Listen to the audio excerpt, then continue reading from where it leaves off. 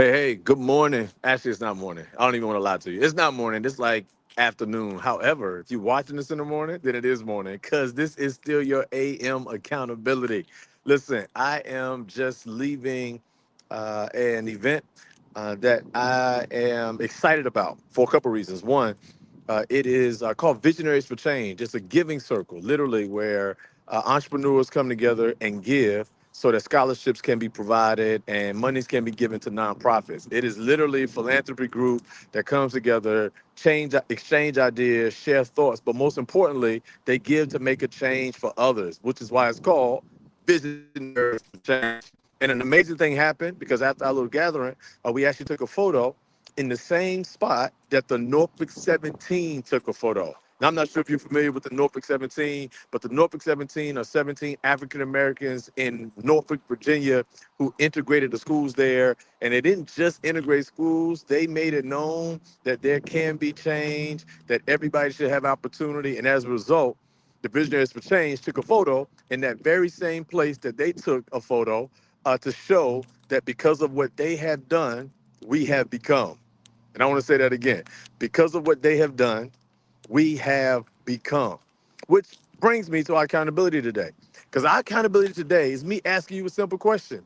And that is, what spark have you created for someone else?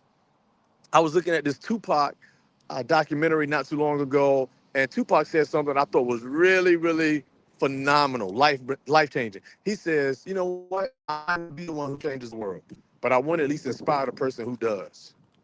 Isn't that something? He says, "I may not be the one who changes the world," which is pretty interesting because his lifespan was impactful, but probably not long. And here's what he says: "I may not be the one to inspire, but I want to at least, I may not be the one to change the world, but I want to be the one who inspires the person who does." He says essentially, "I want to be the spark to somebody else's fire." And I want to ask you the same question. Who have you inspired to do something great? I mean, hopefully you're doing something great. Hopefully you are changing the world. Hopefully you are doing something that causes minds to shift and atmospheres to be altered and lives to be made better. But if you're not, my question is, what are you sparking in someone else so that they may do it? You know, one of my favorite poems talks about time and eternity. It's written by a phenomenal mentor last name Mays.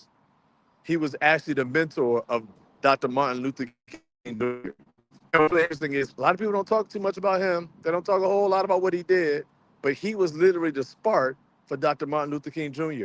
And while no one talks about him as much as they talked about Dr. Martin Luther King Jr., there would be arguably no Dr. Martin Luther King Jr. if there had been no Benjamin Mays. And here's all I'm asking you: who will you be a Benjamin Mays for? Like, who will you spark fire for? Who can you envision, Visionaries for Change? Who can you envision making change? Listen, I don't know all of the names of the 17 that changed the world in Norfolk. What I do know is that as we stood in that historic space at the First Baptist Church, View Street, taking a photo in the very same place they did. I looked at their photo that they took. I looked at the photo that we just took, and I realized that we were, that I am, that you are, that many have become the fires that they spark. And today I want to encourage you to do the same. And here's what I know: challenges will happen. There will be obstacles. So for every obstacle, you look for options and opportunity. For every challenge, you look for how you can be creative.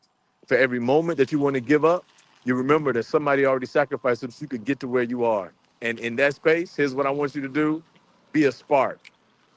Pastor Todd Smith once preached a sermon that I loved. And in the middle of the sermon, where he talked about fire shut up in our bones, he said, sometimes you have to stoke the embers. I love that. And I'm asking you, will you stoke the embers? Spark something so that somebody else can be great. Start something so that you can be great. Start something because at the end of the day, you're designed to maximize potential. You know, y'all know the drill. Today, you have come, and I want to thank you for allowing me to be your mentor for the moment, your coach for change, and I forgot. I thought I had to end it. I thought I had this end it memorized. I don't. So I'm gonna give it like this. This has been your maximum potential moment.